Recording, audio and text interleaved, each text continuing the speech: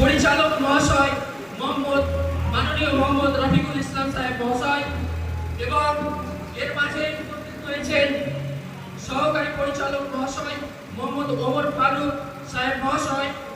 এখন আমরা সকলেই নিজ নিজ জায়গায় দাঁড়িয়ে যাব আমাদের জাতীয় সঙ্গীত পরিবেশনের উদ্দেশ্যে।